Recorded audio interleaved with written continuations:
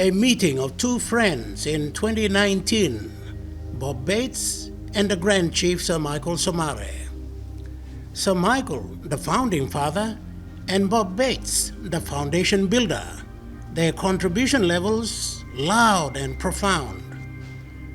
The story of Bob Bates is as intriguing as it is amazing.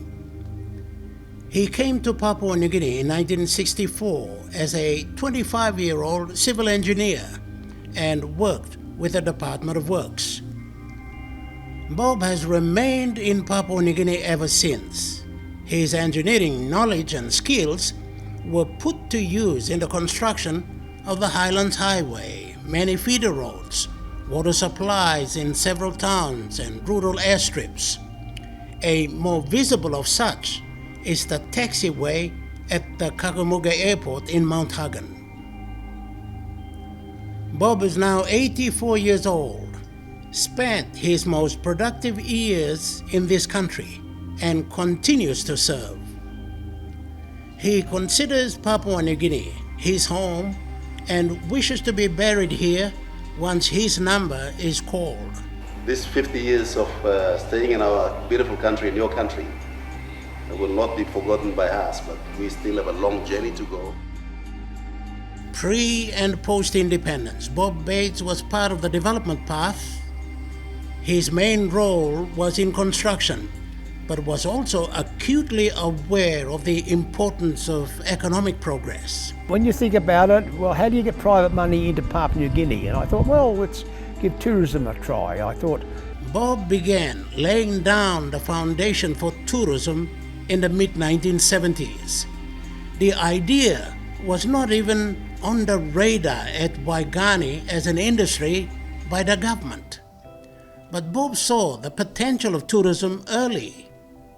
Papua New Guinea has some of the most unique mega attractions in the world, the kind of products that people go to extremes to visit and experience. While the country is a million different journeys, the prerequisites to woo tourists were not there, not even today. Creating a conducive environment and marketing remain huge challenges. But Bob Bates persevered. Trans New Guinea Tours started in the mid-70s as an operator of four-wheel drive trips that used to go to the Southern Highlands. It would go generally out via Warbag and Ligam to Kundup, then across the Kundup Lakes and to Margarima, and then into the Tari Valley. And we even went out as far as Lake Copiago, would you believe? The humble beginning led to the establishment of what is today a reputable inbound tour company, Trans New Guinea Tours. With that, Bob began a two-phase tourism operation. Firstly, he built facilities within the country for tourists to come and stay. Secondly, he went abroad to entice tourists to come into Papua New Guinea. And these had to be done almost simultaneously. He built a number of tourist accommodations in several provinces. Ambua in the New Hello province, Rondon Ridge in the Western Highlands, Karawari in East Sepik, Bensback and Lake Mari in Western, the Malolo Plantation in Madang, and the Sepik Spirit cruise boat. These luxury wilderness lodges are ecologically friendly and culturally sensitive. Their construction provided work for hundreds, and the daily operations now ensures continued employment for even more. To bring in tourists, Bob Bates had to go overseas to showcase the products here. He attended many international exhibitions, all to do with tourism, especially the ITB Berlin in Germany. This is a world trade show of tourist boards, tour operators, systems providers, hotels, airlines, rental cars, and many more. The government of Papua New Guinea, through Air New Guinea, realized the significance of these shows years later.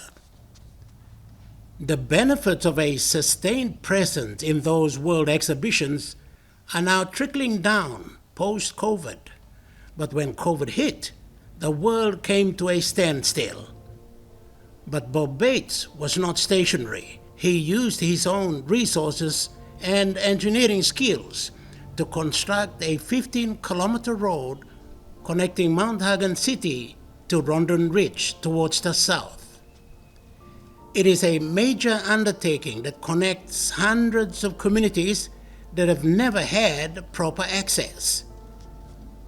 This initiative ticks all the boxes of the word partnership, where an individual businessman puts up resources and the people give in their land and property for a project that is a win-win for all.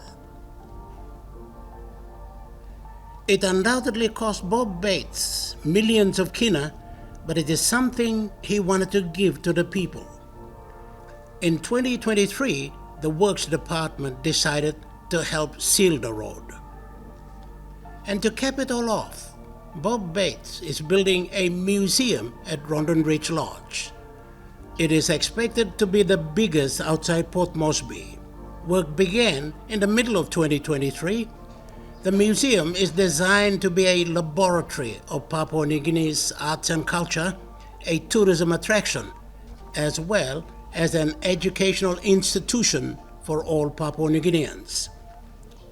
Bob Bates loves Papua New Guinea and its people. When he is at one of the lodges, walking around, driving, or flying his small plane in or out, he is one of the most respected and protected white men in a black country, simply because he says we are all one and we all have to make the community a better place to live.